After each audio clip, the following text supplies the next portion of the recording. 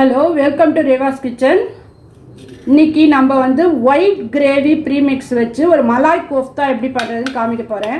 இதுக்கு நான் கோஃப்தா ரெடி பண்ணி வச்சுருக்கேன். கோஃப்தா எப்படி பண்ணுறதுங்கிறது என்னோடய ரேவாஸ் கிச்சன் சேனலில் ஏற்கனவே போட்டிருக்கேன். அதுக்கு லிங்க் நாங்கள் கீழே தரோம், அதில் பார்த்துக்கோங்க.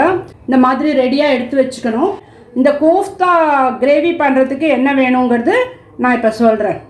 அதுக்கப்புறம் அதுக்கு என்னென்ன இன்க்ரீடியன்ட்ஸ் வேணும்னா, ஆயில் ஒரு 2 டேபிள் ஸ்பூன், வெங்காயம் ஒரு பெருசு வந்து அரைச்சி வச்சுருக்கேன், அப்புறம் ஒயிட் கிரேவி ப்ரீமிக்ஸ் பவுடர், ஒரு 1/2 கப்பு தயிர், 1/2 கப்பு மில்க்கு, அப்புறம் ஒரு 2 ஸ்பூன் ஃப்ரெஷ் க்ரீம், அதுக்கப்புறம் ஜீரகமும் அந்த பிரியாணி இலை, கொத்தமல்லி.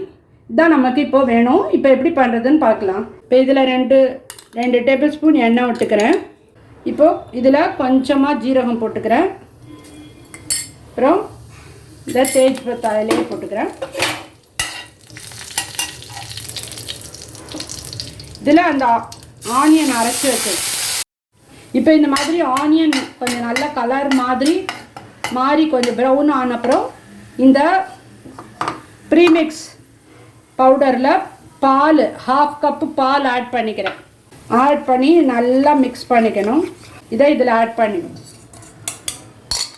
கொஞ்சம் 1/2 கப்பு வாட்டரை ஆட் பண்ணி, இந்த கிரேவி ப்ரீமிக்ஸ்லேயே சால்ட்டெல்லாம் இருக்குது, அதனால் நீங்கள் வந்து ஆட் பண்ணுறதுனா கடைசியில் ஆட் பண்ணிக்கோங்க. கோஃப்தாலேயும் நம்ம வந்து சால்ட்டு போட்டிருக்கோம். இது வந்து தயிர் நல்லா பீட் பண்ணிவிட்டு ஒரு 1/2 கப் தயிர் அதை ஆட் பண்ணிக்கிறோம். இதில் தக்காளி போடுறதில்ல, ஏன்னா இது ஒயிட்டு கிரேவியாக வரும், அதுக்காக நம்ம தயிர் தான் இதில் ஆட் பண்ணுறோம். கிரேவி கொஞ்சம் நல்லா கெட்டியாக எடுத்துனா நீங்கள் இன்னும் கொஞ்சம் தண்ணி விட்டுக்கலாம். மலாய் கோஃப்தா கொஞ்சம் ஸ்வீட்டாக இருக்கும், அதுக்காக நான் ஒரு 1/2 ஸ்பூன் சர்க்கரை சேர்த்துக்கிறேன்.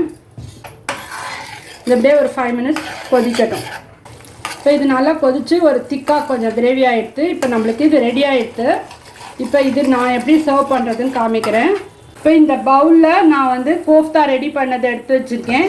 அதுக்கு மேலே அப்படியே இந்த கிரேவியை, அதுக்கு மேலே கொத்தமல்லி போட்டுக்கோங்க, மேலே ஃப்ரெஷ் க்ரீம். சூப்பரான மலாய் கோஃப்தா ரெஸ்டாரண்ட் ஸ்டைலில் ரெடி ஆகிடுது. Please like, share and subscribe.